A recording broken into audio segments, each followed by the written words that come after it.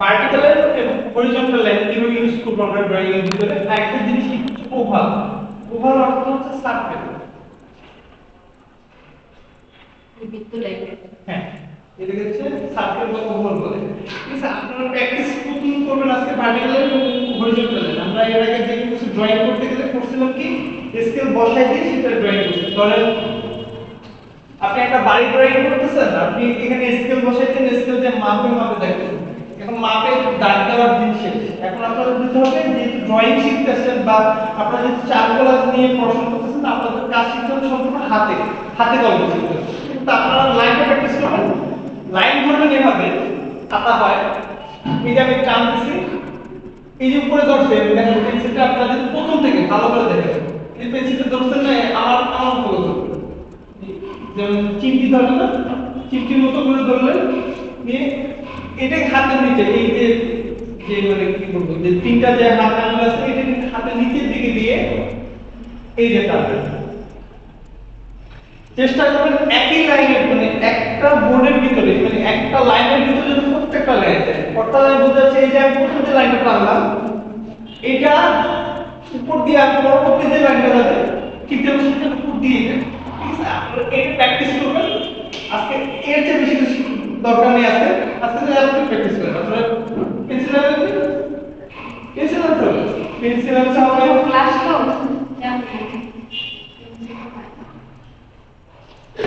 এবং ফাস্ট হবে, লাইনগুলো টানতে হবে ফাস্ট হবে। ঠিক আছে, প্রত্যেকটা লাইন কিন্তু প্র্যাকটিস করতে হবে। এই যে ধরেন ভার্টিক্যাল লাইন হরিজন্টাল লাইন আমি দেখাই দিচ্ছি, এরপরে ওভাল প্র্যাকটিস করবেন, দেন স্পাইরাল প্র্যাকটিস করবেন, জিগজ্যাগ প্র্যাকটিস করবেন, কার্ভ লাইন প্র্যাকটিস করবেন, ডায়াগোনাল লাইন প্র্যাকটিস করবেন। এগুলো মোটামুটি লাগে। এছাড়া আরো অনেক অনেক লাইন আছে, যেমন ডটেড লাইন আছে, লাইন আছে ডটেড লাইন।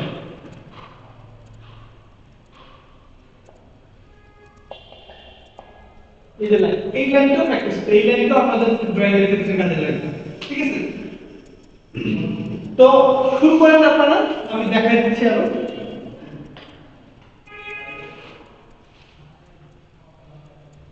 আপনাদের সামনে নিবন্ধনে কিন্তু একটা বিশাল বড় সার্কুলার আছে।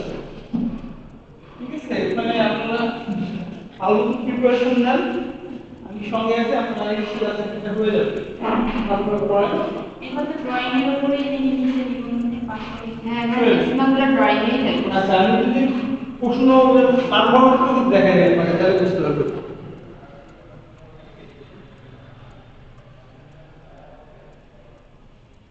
আপনার ফুল পরীক্ষা হবে কত মার্কের?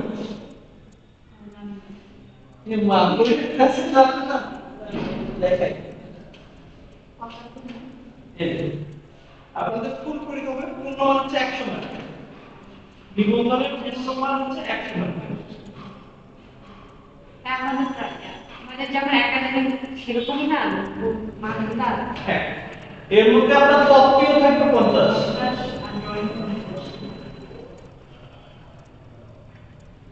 ব্যবহারিক থাকবে 50। 50 কত দিতে হয়?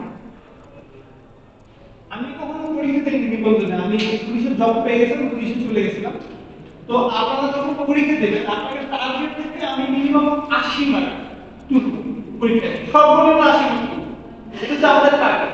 এরপরে কম বেশি যা হবে সেটা পরে নিচ্ছি। আমি বলতেছি না, ধরেন রিটেনে আমরা যেটা একাডেমিক যেটা রিটেন ওটাতে আমার 50 মধ্যে 45 এরকম কিছু একটা মার্ক পেয়েছি। আমার ব্যবহারিকটা অনেকের ক্ষেত্রে দেখা যাচ্ছে আপনারা ব্যবহারিক 14 আপ নাম্বার পাবেন, আপনারা টেনশন কইরেন না, আজকে ফার্স্ট দিন ভাইয়া। কেন বলবো, আমি এবার কলেজে রিটেন দিয়েছিলাম, তো রিটেনে দিয়েছিলাম, ভালোই হয়েছিল। আচ্ছা, একটু হতাশা হবে, টেনশন নাই, এটা এবার ঠিক আছে, কোনো জিনিস একবারে হয় না, আস্তে ধীরে হবে। তো আমি যদি দেখাই দিই তত্ত্বীয়তে 50 মার্কের মধ্যে আপনাকে মিনিমাম এটা দুইটা সেট করেছে। ঠিক আছে, 50 মার্কের মধ্যে একটা 10 নম্বরের একটা আছে, একটা 40 মার্কের। 10 নম্বর হচ্ছে আপনার সংক্ষিপ্ত প্রশ্ন আসে। ঠিক আছে, 10টা প্রশ্ন আছে, 10টা প্রশ্ন লিখতে হয়। আর তত্ত্বীয় মার্কের আছে হচ্ছে লিখিত আর কি ব্রড প্রশ্ন আছে 40 মার্কের। ঠিক আছে, তাই আপনি মনে করেন আনুমানিক এটার মধ্যে যদি 25 পান, এখানে 10 10 পাওয়া সম্ভব। ধরেন আপনি 8 কেও যদি পান, আপনার নাম্বার এখানে উঠে যাবে। আমার টার্গেট হচ্ছে আমি টার্গেট এখানে 2 লাখ করব। এখন ব্যবহারিক আসবে দুইটা পার্ট, একটা 30 মার্কের, একটা 20 মার্কের। 20 মার্কেরটা হচ্ছে নকশা টাইপ। ধরেন আপনাকে বলতে পারে যে একটা ডিজাইন তৈরি করুন বা কোনো কিছু দিয়ে একটা কোনো জ্যামিতিক ফর্মগুলো দিয়ে একটা ডিজাইন তৈরি করতে বলতে পারে, নকশা দিয়ে করতে পারে, এটা হচ্ছে 20 মার্ক। আরেকটা দিতে পারে যে ধরেন যে প্রকৃতি ড্রয়িং, তারপর মানুষ, এখানে কর্মরত মানুষ দিতে পারে, ঠিক আছে, তারপর প্রাণী, যে কোনো কিছু ড্রয়িং করতে পারে, ঠিক আছে, স্কেচ করতে বলতে পারে, ঠিক আছে, এইটার উপর নাম্বার আছে 30। তো আমরা নকশা যেটা করব, নকশাতে আমরা নাম্বার তুলবো, ধরেন মিনিমাম হলে 15 মার্ক তুলবো। নকশাতে নাম্বার তোলাটা সহজ, ঠিক আছে। আর প্রকৃতিতে বা এই টাইপের ইয়াগুলোতে যেগুলোতে একটু বিস্তারিতভাবে ড্রয়িং করে দেখাইতে হয়, সেই ড্রয়িংগুলোতে আমাদের টার্গেট থাকে মিনিমাম 20 মার্ক তুলতে। 20 30 35 মার্ক, আর উপরে থাকছে কত, 35 আর 25 কত, 40 50 60 68 মার্ক। এটা তো এই ন্যূনতম এই 68 মার্কটা আমাদের পাইতে হবে।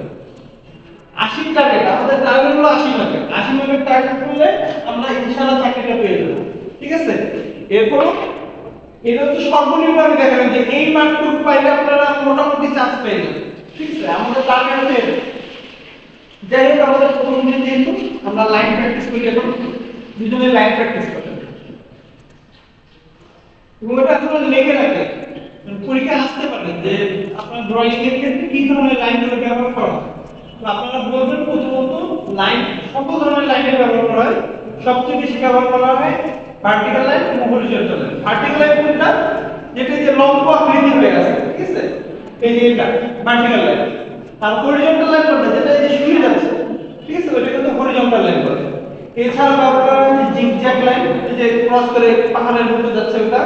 তারপর আছে কার্ভ লাইন, এই যে ঘুরে ঘুরে সাপের বানানো, সাপের মতো। স্পাইরাল, এই যে কয়েল বানানোর ক্ষেত্রে স্পাইরাল লাইন, ঠিক আছে। ডায়াগোনাল লাইন হচ্ছে ভার্টিক্যাল লাইনের মধ্যে, কিন্তু ভার্টিক্যাল লাইনকে যদি ছেড়ে দিয়ে এই অবস্থায় নিয়ে যাওয়া যায়, ঠিক আছে, এইদিকে হতে পারে বা অপোজিট সাইডে হতে পারে, এটাকে আমরা ডায়াগোনাল লাইন। একটা হচ্ছে ডটেড লাইন। ডটেড লাইন হচ্ছে dot dot dot dot dot দিয়ে দিয়ে যে লাইনটা তৈরি করা হয় সেটাকে বলে ডটেড লাইন। আমরা প্রত্যেকটা লাইন নিয়ে প্র্যাকটিস করব, ঠিক আছে। আর সবচেয়ে বেশি ইম্পর্টেন্ট হচ্ছে ড্রয়িং এর ক্ষেত্রে সবচেয়ে বেশি ইম্পর্টেন্ট হচ্ছে ওভাল। এটা সবচেয়ে